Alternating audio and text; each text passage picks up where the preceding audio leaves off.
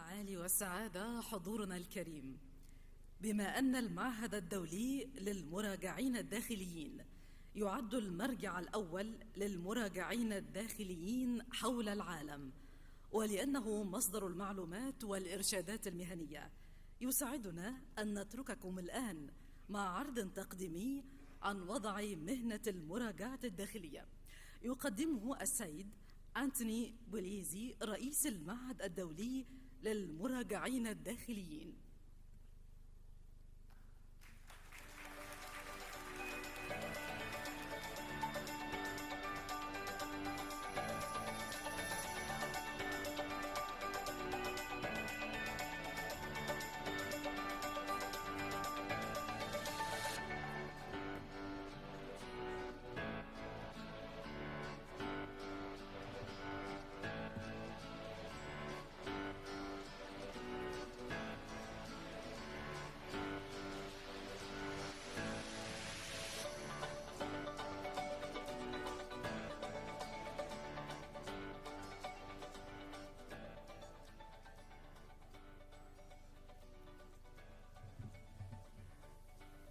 Good morning, everybody. Thank you so much for inviting me to be a part of the first meeting of the Arab Confederation for Institutes of Internal Auditors. It's truly my pleasure, and also my pleasure of my first trip to Egypt, which is amazing.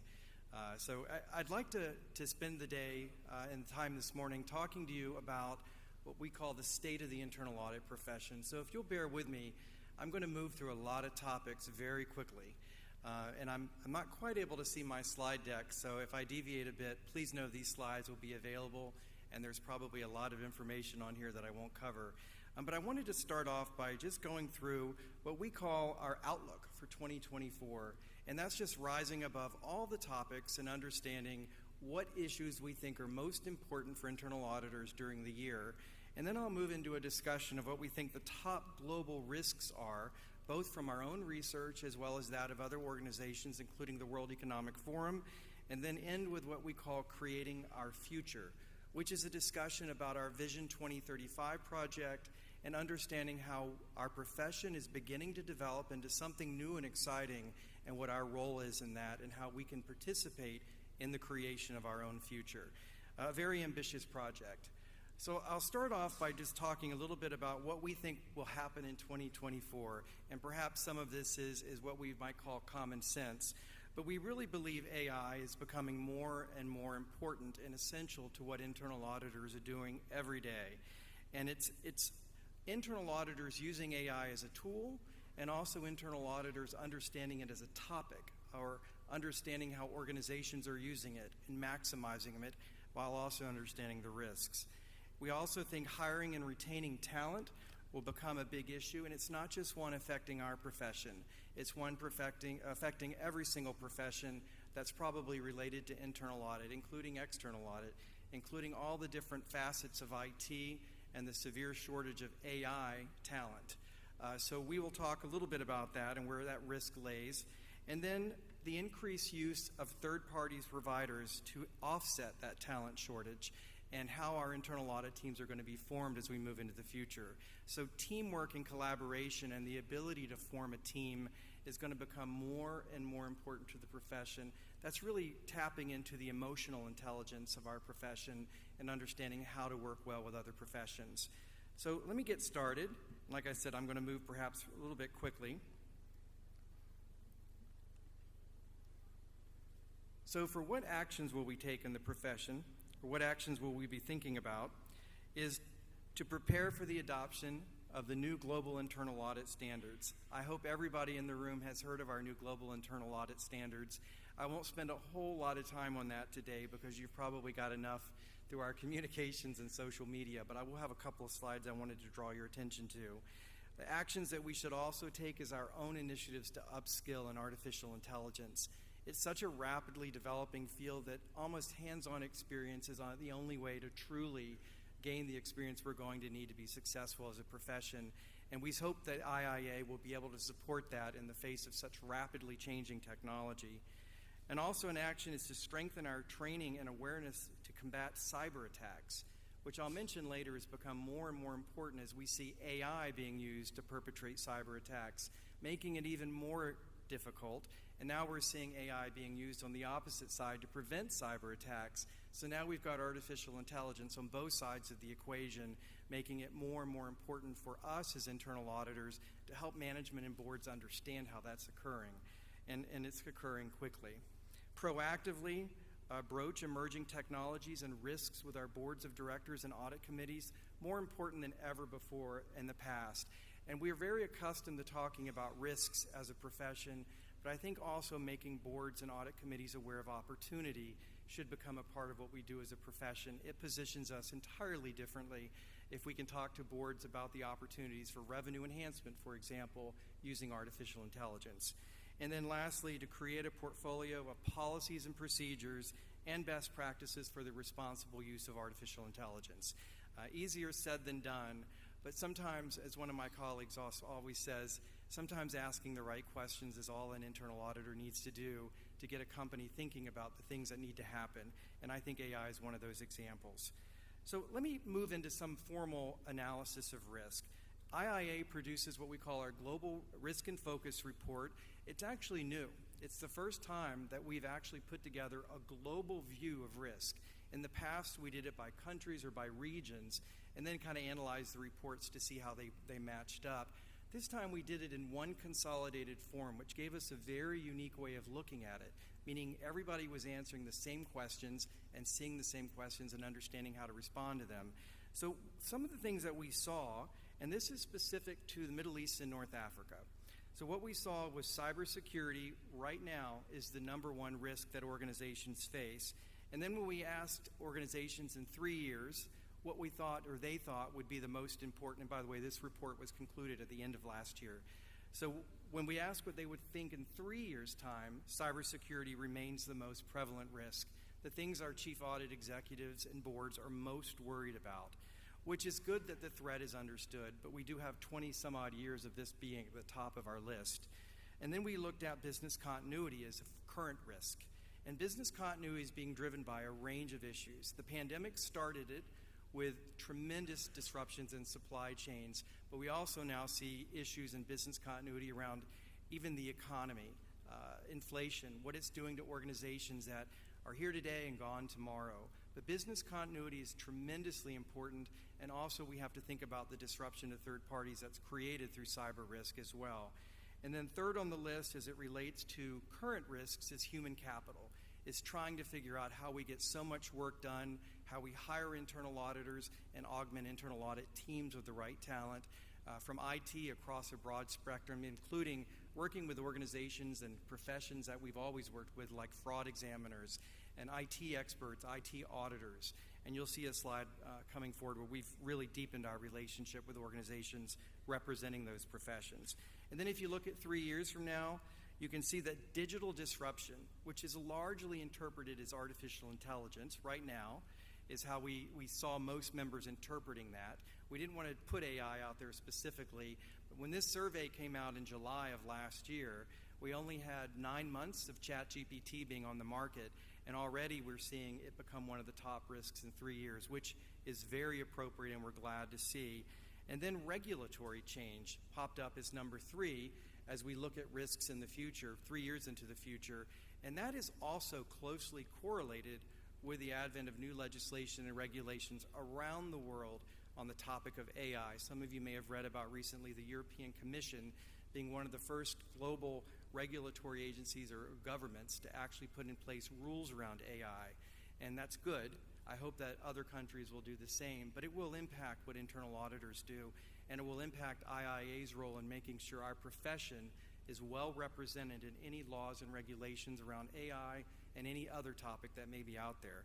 So as we look at the rest of the items on this list, let me give you a little bit of a different glimpse of this as we see what risks changed. So you can see on this expected risk increases, digital disruption went from 7 right now, and again, this was done just 7 months after we saw ChatGPT come out, 7 to 9 months after we saw ChatGPT, moving into the second place 3 years from now. And then we see climate change moving from a very low position of 15 to one of the top 3 risks, top 5 risks looking into the future. And a lot of data behind that. But I think the reason it's not higher now is the lack of regulation and legislation around the world requiring it. So the European Union is still one of the only places on the planet that has strict and consistent regulations around climate change and related disclosures on sustainability. So not too unexpected. As we move into the rest of the world and start examining the top global issues, we really see a lot of similarities. But I'm going to start with cybersecurity, which remains a huge issue for everybody, and show you some facts that I think, as we research this topic, or to me at least, they're rather startling. The world will spend $9.5 trillion US dollars combating cybercrime in this year, and that's an estimate. It could be much higher, especially with the advent of AI now becoming a part of the equation on cybersecurity. $4.5 million, roughly, is the average cost of a cyber incident to an organization. So that, of course, adds in all the consultants and all the lawyers and all the staff time and all the IT time and all the replacement of systems, but that's a large number, and it will, of course, skew much larger to organizations that are not as prepared for it. So that's the average cost. $265 billion US is the global cost of ransomware alone. These are the amounts organizations are paying when they're held hostage by cyber attacks that actually threaten the organization's sometimes very existence. And we can think of a lot of incidents where that's occurred around the world. 277 days is the average time to recover after finding a breach, meaning sometimes we have advanced attacks that are present in systems that we don't even know about, find them, back into the number of days they've been there, and by the time they're resolved, you're getting close to 1 year of resolving an issue with an average attack. So we're seeing advanced persistent threats, or people hacking into systems and not being detected, becoming more and more prevalent, which is driving up this number of average days. 80% of data breaches involve data stored in the cloud. So we're back to cloud security issues as another concern. And then 61% of organizations employ some level of security, AI, and automation. So that's good. That's a very, very big range of what's interpreted as artificial intelligence when it comes to that statistic. But we can move forward and see that 61% of organizations are employing some level of AI in their automation of security. And if you look on the left-hand side, companies reporting an extensive use of artificial intelligence in protecting their cyber infrastructures. 35% are citing limited use, and then a startling 39% are saying no use. So think about AI being deployed to attack an organization's cyber infrastructure. 39% don't have an offensive also using AI to protect them. So if you look to the right-hand side, you can see the correlation. Those using AI have a lower incident or cost to protect or when an incident occurs, and those using cyber AI the least have the greatest cost. So it's an imperative to understand how AI now works with cyber. And I'll talk a little bit about threat actors and attacks. So the top cybersecurity attack concerns around the world, and this has been the same exact ranking for the last 6 years that we've done internally. 79% of organizations are really worried about this because of the reputational damage, right? Access to private data, information that if leaked could actually be breaking the law if inadequate protection was not there, or if adequate protection was not there. 69% of organizations are simply worried about the data breaches that occur, and then 55% are worried about supply chain disruption. So that's talking about you're relying on a supplier or a vendor and they get attacked. So it's looking at the entire supply chain. So very high numbers. Reputation is very important. So cyber attacks actually result in very rapid decrease in equity values of companies that are public. I mean, that's a fact. And then as we look at the perpetrators, the threat actors, 27% are actually cyber criminals, meaning their intention is to make money off the attack. So if you look at the volume, these are professionals out there actually trained, sometimes backed by governments, to figure out ways to hack systems and to actually stay in systems undetected. 20% of hackers could be malicious or not malicious. There's movies about this. I'll date myself if anyone remembers the movie War Games from the 1980s, right? Hackers that just try to get in to see if they can. It's a sport. And then 12% are malicious insiders, people inside the organization in positions of importance that actually assist in the actual cyber crimes or cyber intruders. So, startling facts. Top cyber methods, 15%, the highest is still social engineering, or what we may call phishing attacks. That horrible clicking on a link and thinking you're responding to something that's really not real. Still the number one threat, still the number one way of getting into a system. 11%, I mentioned earlier, advanced persistent threat. These are hackers that get into a system and they remain undetected for up to a year or more, looking at data real time as it comes into a system. Imagine that, especially imagine if you're a hospital or a pharmaceutical organization where your IP is sitting there and every day it's developing. It's not a point in time the hacker's getting, it's an entire infrastructure. And then lastly, ransomware, which you saw earlier is $265 billion of cost to globally. And I'll look at the next slide. I won't go into detail. This slide is just meant that for 2024, IIA has invested and plans to put in a lot of resources behind helping our members be more prepared for cyber attacks and the related issues, and hopefully being cyber prepared, which is a constant threat. So look forward to these. We're very happy these resources are developed globally. They're not coming from just North America, but from our task forces that are comprised of members from around the world, actually leading experts, sometimes even non-internal auditors, to help us understand what we may be missing. I'll move into some of the things that we should think about. Internal auditors can lead this issue with boards, audit committees, and senior management, and actually the second line and first line of defense. All these things are within our control to do, and I won't go through all of these. You can read them on the slide.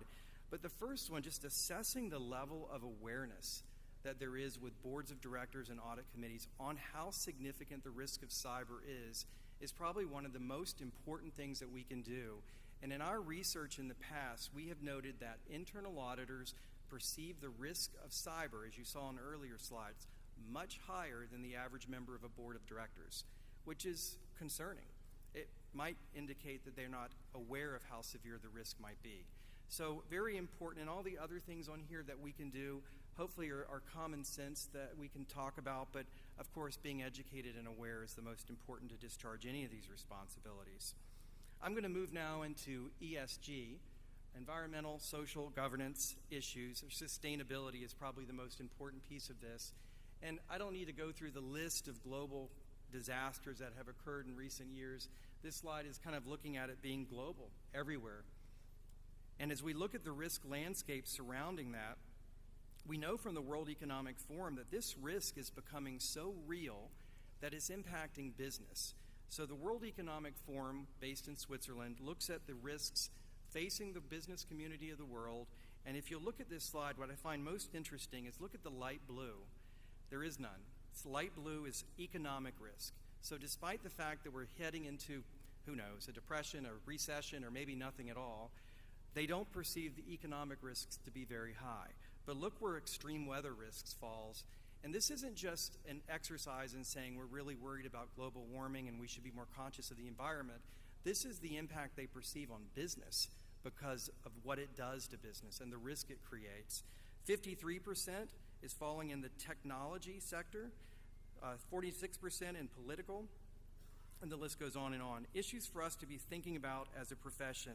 And I don't know if any of those numbers are surprising to you, but they were to me, and something for us to think about. If you look at the next slide, this is what they think in 2 years will be the case. So we do see misinformation and disinformation being at the very top of what the World Economic Forum thinks is going to be problematic to the world.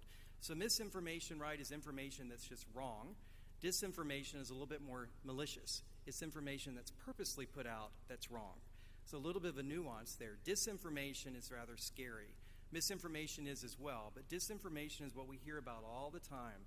You know, all the AI that's being used to generate images of people that look so real, world leaders having conversations that aren't even real. So they perceive that threat. I mean, it can sway elections, it can sway politics, it can sway governments, a huge risk globally. And of course, that has an impact on all of us, including business. And if you look at the left side, there is the weather-related or the environmental-related risk, but look what's happened in 10 years based on the World Economic Forum's definition of risk to business. you see extreme weather events becoming the top 4 and 5 out of the 10 sectors that they looked at in this risk matrix. So something to really think about. I mean, cyber is certainly in this for them as well. Cyber is what our members worry about the most. This is what the World Economic Forum worries about the most. And I think we've talked a lot about ESG or sustainability over the last few years, and you all know the issues. I think this slide is just saying we have such an active role in this, even if regulation and legislation has not impacted the countries we represent. In the United States, it's not a big issue yet. Some of the required disclosures are very light for public companies. It really sits in the realm of human capital and diversity and so forth. But no required disclosures yet, as in Europe, which has a lot. But we really, again, have a role in making sure management and boards and audit committees are aware of the significance of the risk and also the impending issue, meaning it will at some point become a reportable issue, meaning you've got to report on it, and management needs to be ahead of the game and making sure systems are in place to do that. And of course, all the other things on here our members do every day, or if they haven't, they should begin doing it. I'm going to switch now, another rapid shift as we go through many topics, and talk about disruptive technology or digital disruption. And again, AI is really what this is talking about. There are other things in here as well, but we no longer are worrying as much about cryptocurrency or blockchain or any of the other disruptive technologies or new technologies. But I think you've probably seen this stat before. But if you look at these major social media platforms like Netflix, took 3.5 years to hit 1 million users. And then just go all the way to the right to ChatGPT through OpenAI, 5 days. And now it's at over 210 million people using it every day. Think of that access. Think of the images that are generated. I don't know how many of you might use ChatGPT. It's actually quite addictive. Even my children love creating images on ChatGPT. Now think about that if you have malicious intent, as many people do. It's a technology that has to be addressed. And if you look at another view, and this is coming, I think, from IBM. I can't look at but if you look at the current ratio of where human labor and machine labor falls, you'll see it's certainly skewed right now. 68% is human. This is global. 35% is machine. In just a few short years, we're going to see in 2027, it's predicted 59% will be humans and 41% machines. That's actually a big demographic shift if you interpret that into jobs. And we want to make sure internal audit is well positioned in this equation to be on that green side as the interpreters and the leaders of helping management and boards understand the disruption and what it's creating. As we also look at our own pulse reports, these are the reports that we do that are a little bit more generalized, meaning we want a really quick answer from our members to understand issues. And you can see not-for-profits, financial services, and publicly traded companies currently, globally, are the most engaged with the use of AI. If you look at these slides, you can kind of get a feel for how significant that is. So the blue is those researching the use of AI. The light blue is using AI for internal audit activities, which I actually thought was a relatively good number given the significantly short amount of time that we've had this available. And then those that are auditing the use of artificial intelligence is in the green. So I actually was surprised. I would have expected most of our members to be auditing the use of technology before they were using technology tools based on AI, but glad to see that the number is rising. And also interesting that not-for-profit organizations are the ones using AI the most or researching it the most. But remember, the number one use of artificial intelligence is revenue generation. So if you think of it from that perspective, I think not-for-profits are struggling a little bit more.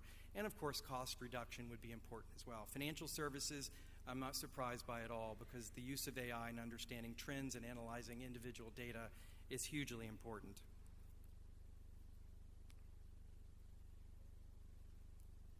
And internal auditors, as we think about our role in disruptive technology, digital disruption, engaging with management, you see it once again at the top of the list. Even if we don't have the most solid understanding of a topic, I think sometimes I'm guilty of this as well. If you don't understand it really well, it's not the first thing you want to talk about in front of a board or audit committee. But I think most of the time we're finding that they don't understand it either. And our job is to simply ask questions. Our job becomes more than that, but the introduction of questions and asking, how aware are you of the pervasive impact that digital disruption could have on our business? I think we might all be surprised at the responses. It's probably low, or they're looking at it as more opportunistic and less on the threat side or the risk side. So we have another role in how we can help management and audit committees and boards of directors understand. Now I'll move to IPPF, another rapid gear shift in my presentation. The International Professional Practices Framework was under revision for the last 3 years, and we released the final draft in January of this year, and we took into consideration over 19,000 individual comments that came in, and we reconciled those, and our final draft was inclusive of those, or consideration of those.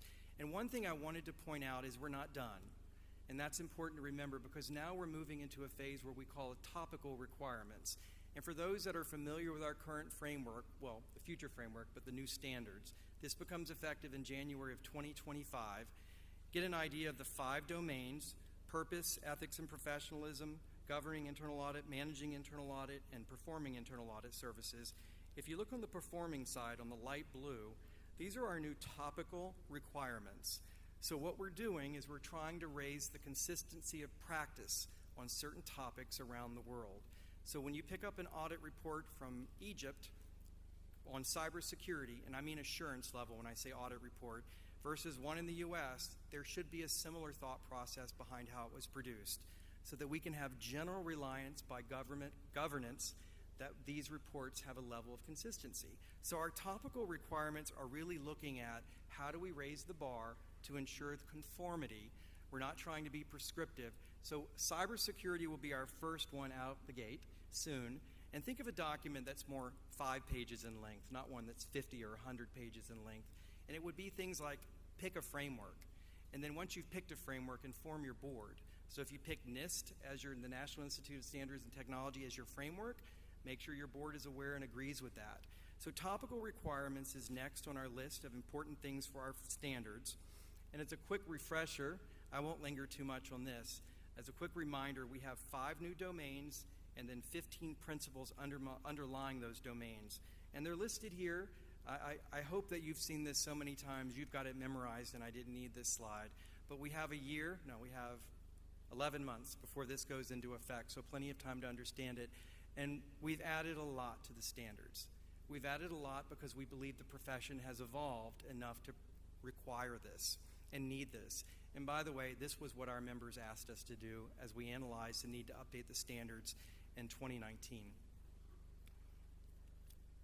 So IPPF evolution, again, the topical requirements, you can see to the right, if you'll put your attention on the topics being considered, cybersecurity is first, the rest are being analyzed as to what might be next based on need.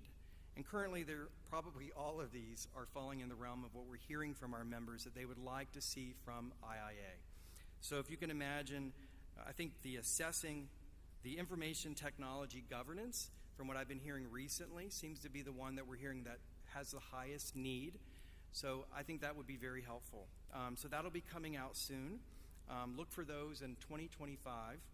And my last topic, creating our future. I'm going to talk about our Vision 2035 project.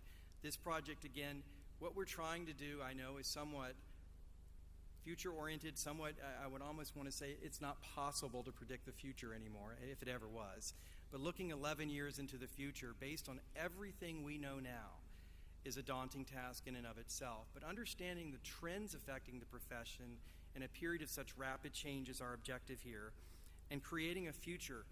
These slides will be provided to you, and you can look at these, but basically what we're saying in our preliminary findings is that technology is becoming more and more important for the profession if it's going to remain relevant.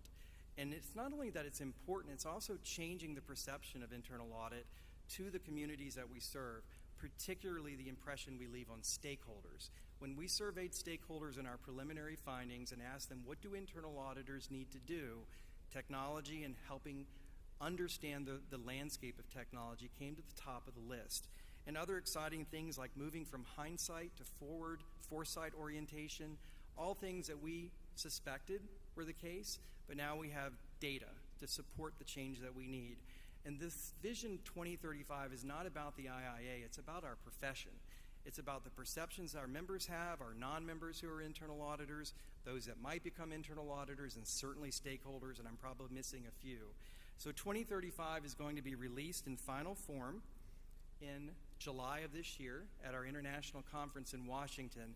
And if you have a moment, please take our survey. Your feedback is so important. If you haven't received this from your local affiliate, you will.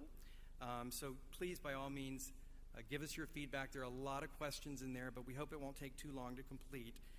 And then I'll finish by just key takeaways. Please prepare for the adoption of our new global internal audit standards. It's very important. And technology presents tremendous opportunity and tremendous risk.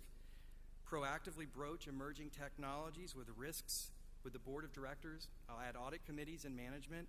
And then lastly, we have to start thinking differently to create our own future and be in charge of our own future. I'd be remiss in not mentioning our conference in Washington. If you're able to make it, we'd love to have you there. We even have an astronaut speaking there. And then lastly, follow us on Instagram. And by all means, I'd love to connect with you on LinkedIn so that you can follow what IIA is doing. And with that, I've gone over. Thank you so much for your time and attention. I look forward to meeting you all.